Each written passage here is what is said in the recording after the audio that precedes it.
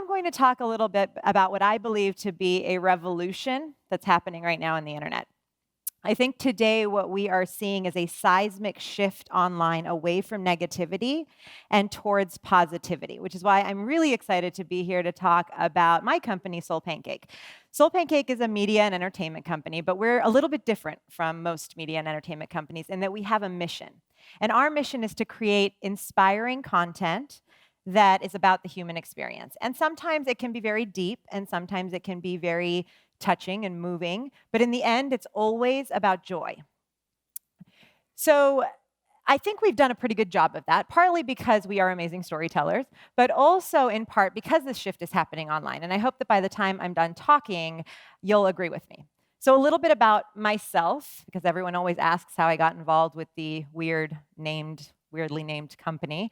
So I am actually a journalist by training. And when I was in grad school, I wrote this thesis about the need for media to make conversations about spirituality and philosophy cooler. I thought there had to be a way for us to talk about the search for meaning and purpose and happiness, and to have that sound a little less like you were sitting at a yoga retreat. So I write this thesis up, and I pack it up, and I put it in my parents' garage. And 7 years later, I am living in DC. I'm working as a magazine editor, and I'm listening to NPR, and this actor from The Office, Rainn Wilson, comes up, and he starts talking about this website he's going to launch called SoulPancake. And the mission of the website is to talk about spirituality and philosophy and make it cool again. And I thought, oh my God, Rainn Wilson stole my idea. This is not okay. And I was super mad. And I was mad for a little while. And then I decided, no, I'm going to find a way to work on this. So I reached out to everyone I knew in LA. I must have sent dozens and dozens of phone calls and emails trying to find someone to put me in touch with Rainn Wilson. And someone eventually put me in touch with his business partner. And 3 months later, we launched SoulPancake. And that was more than 5 years ago. So I sometimes ask myself, how did this 40-year-old comedic actor who was raised by hippie parents in Seattle, and myself, a firstborn child of immigrants who has a name that clearly no one can ever pronounce. So how did these two people come up with the same idea to tell stories about the human spirit, these positive stories? So I think the reason for that is because we both saw in the world of content a lack of inspirational storytelling, thoughtful storytelling. And so we both had this thought that there's got to be a better way. So today, SoulPancake creates original video content for the web, for television, for brands. We have a premium YouTube channel with 1.4 million subscribers that has multiple videos posting each week. We've worked in television with the likes of Oprah and MTV and the Discovery Network, with brands like Disney and Nestle and United Nations, all to tell authentic and meaningful stories. So I want to give you a couple examples of our content. So the first is Kid President, who some of you may recognize. Yeah, he's pretty adorable. So Kid President is actually the story of two brothers. So there is Robbie, who is 10 years old and has actually brittle bone disease. And then there is his older brother, Brad, who saw in Robbie this incredibly joyful and resilient spirit. And he said, there's got to be a way to channel this for good. So we partnered with Brad and Robbie, and about 6 months into our partnership, we put out a video that we thought would have some tentpole appeal. The Super Bowl was coming up. We said, let's put out a pep talk to the world. So we put out this pep talk, and within 2 weeks, we had 30 million views on it. And everyone from President Obama to Beyonce, everyone had noticed Kid President. And today, we've got a TV show on air with Kid President, and we've got a book about his awesome message coming out next spring. And it really is this inspirational movement. But what I find most amazing about the story of Kid President is that this 10-year-old boy and his big brother have caused change to form in people's hearts. This pair has started a movement to stop homelessness with our Socktober campaign. They have caused teachers across the country to change the way they operate in their classrooms. And just this summer, we launched a campaign that got 2 million people to contribute to try to end childhood hunger. And that's the kind of power of this kind of joyful and optimistic storytelling. So now Robbie has very adorable dimples and great dance moves, but equally inspiring, I think, is our series, My Last Days. Now, this is a series that we do. It's a documentary series that profiles individuals, mostly young, who have a terminal illness. and I know what you're thinking, like, that doesn't sound very joyful, but it's actually one of the most positive and inspiring series that we show on our YouTube channel. And the reason for that is because it really is a series about how to live. It just happens to be told by people who are dying.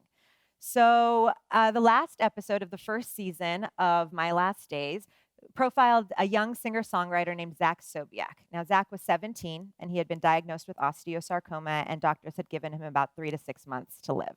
So I'm going to let Zach actually tell you a little bit about his story. I think every teenager out there feels invincible, and they'll never admit it. And it's not the kind of invincible like Superman. It's the kind of invincible like, I'll see you in 5 months. My name is Zach Sobiech. I'm 17 years old and I have osteosarcoma. I've been told I have a few months to live, but I still have a lot of work to do. When we found the cancer in his pelvis, I said, maybe you should start writing some letters.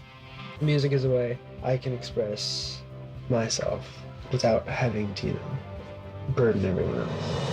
Zach can't stop writing lyrics. There are so many songs he wants to leave behind. With only months to live, his song called Clouds was born. I fell down, down, down into this dark and lonely hole. Zach, such a beautiful song. Everything will be just fine. We'll go up, up, up, but I'll fly a little higher. Go up in the clouds because the view's a little nicer. For me, it's Zach's way of saying I'm okay. I want everyone to know you don't have to find out you're dying to start living. If we only had a little bit more time. If only had a little bit more time.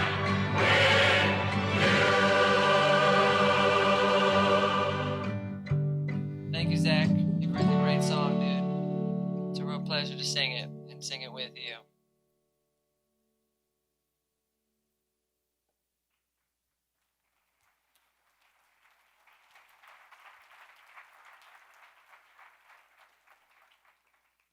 Zach passed away 2 weeks after we aired his documentary.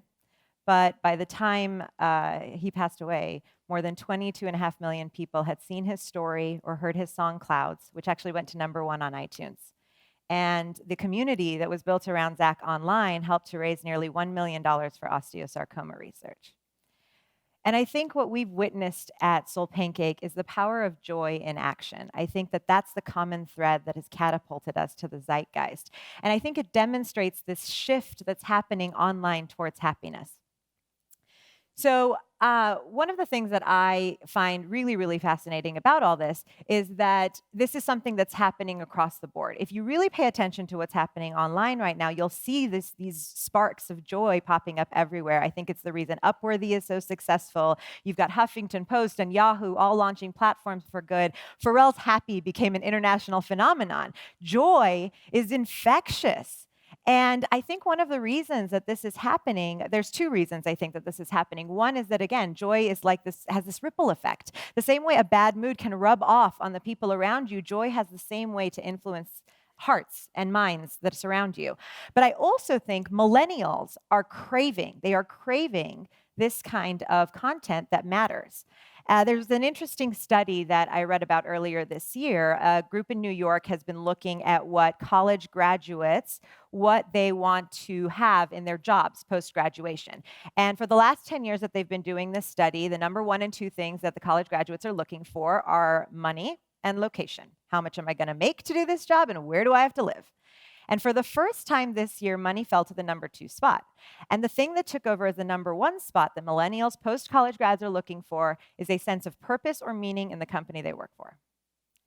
Think about the implications of that. I think that's amazing. You've got an entire generation of kids graduating who are going into a terrible job market. My own sister has been looking for a month for 6 months. She just graduated from college and has been searching.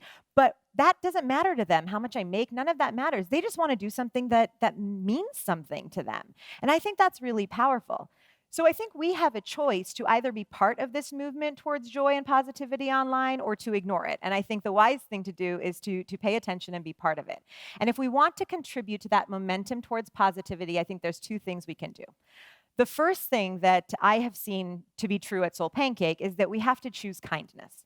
And I think Kid President really demonstrates that. I think that in a web world that is so rife with ranting and righteousness and trolling, he was this beacon of light who said, I'm going to choose to be kind and encouraging with my words, and I'm going to see what happens.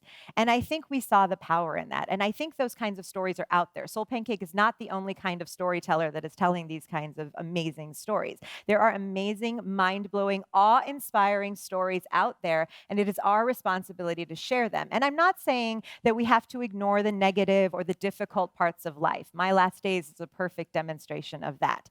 You can tell stories and talk about the difficulties and negative things that are happening in the world, but to do it through a lens of hope and kindness and joy. And that is incredibly powerful.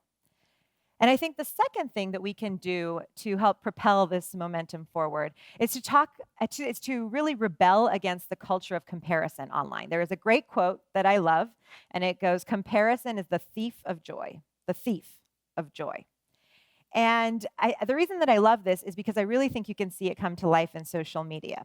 Here is this powerful way of communicating that was supposed to bring people together and create communities. And instead, it's really become the breeding ground of the selfie. That's really what you see online is I'm going to put my best foot forward, all of my accolades, that's what I'm going to spread, and that's what you see online. And as voyeurs, we're watching this, and it creates in us this feeling that other people's lives are cooler or better or more interesting than ours are. And the reality is that when we stop looking and comparing those lives, what we actually will see is the commonality. Because it's that kind of commonality, things like love and death and kindness and laughter and hope, all those things that make us human, it's those things that I think have the ability to change the world. It's why Rain started SoulPancake. It's why I switched careers to join him. Because we believe joy has the power to change the world. That shift is already happening online, and we want to continue to help lead that. Thank you.